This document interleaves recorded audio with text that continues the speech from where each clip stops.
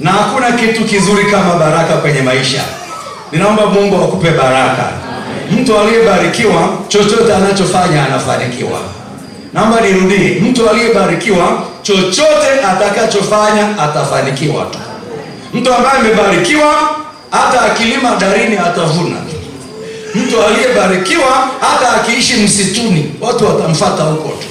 Mtu aliyebarikiwa mpaka gerezani anakuwaga kiranja. Yusufu alikuwa amebarikiwa mpaka kule gerezani anakuwa mkubwa wao.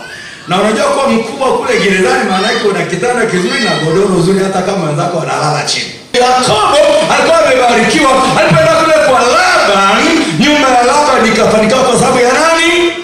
Ninaomba Mungu ufanyike baraka ukikaa mahali popote watu wa Mungu waenjoy. Naomba wewe baraka popote ukikaa watu wa Mungu waenjoy. Mtu aliyebarikiwa ukipanda gari hata kama itatokea ajali iliyokusudiwa kuua wote watapona kwa sababu kuna mtu mmoja aliyebarikiwa. Yusufu alibarikiwa, popote alipoenda mambo yakakaa sawa. Isaka alipobarikiwa akakaa Gerari, kipindi cha ukame, kipindi hakuna mvua, anapanda kipimo kimoja anavuna vipimo 100. Ni maombi yangu kwamba usilalamike uchumi maisha yako yote.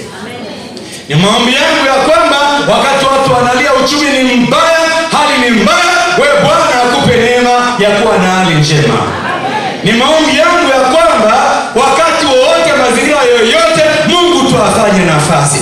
Bwana akufanyie nafasi na uzidi sana katika nchi. Bwana akufanyie nafasi kwenye biashara yako na uzidi sana. Bwana akufanyie nafasi kwenye huduma yako na uzidi sana tu. Bwana akufanyie nafasi kwenye maisha yako na uzidi sana kwa sababu Bwana anayetuita ametubariki.